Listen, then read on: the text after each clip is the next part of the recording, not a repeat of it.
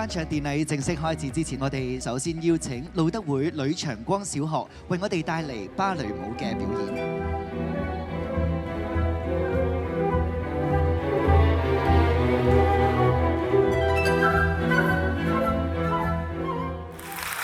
今年嘅色水學堂咧已經邁進咗第11個學年。多年嚟咧，水務署一直透過舉辦唔同類型嘅活動啦，喺校園間咧散播節水嘅種子。我期盼各位能將色水學堂學懂嘅節水精神融入喺生活日常，同時咧做到推己及人，讓我哋咧一起將香港建構成節水城市。多謝各位。好感謝水務署邀請我今日出席2024-25學年色水學堂教育計劃頒獎典禮，同師生同埋家長聚首一堂。我衷心祝賀今日所有得獎嘅同學，希望大家繼續身體力行，珍惜水資源，並向身邊嘅親人、同學推廣飲水思源、節約用水嘅信息。多謝。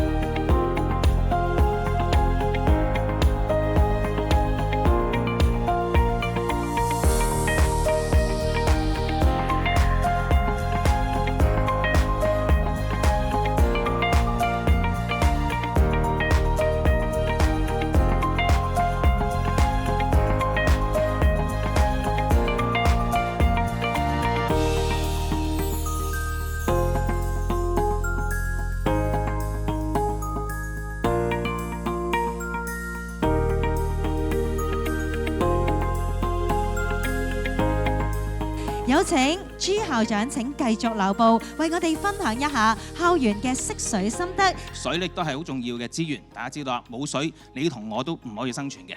咁所以咧，水係既我生命嘅泉源，亦都係經濟發展好重要嘅一項嘅資源。相信在座同學咧都知道，其實我哋喺學習裏邊咧都知道要珍惜用水。平時無論喺學校、喺屋企、喺公眾地方咧，都應該如何珍惜用水。我相信大家知嘅，所以希望大家一齊努力，去繼續做好色水學堂，繼續學習。多謝各位。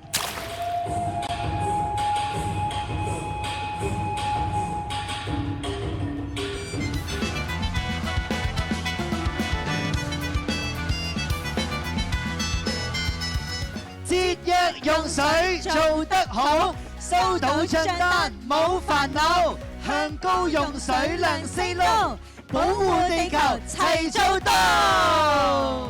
色水學堂頒獎典禮，我哋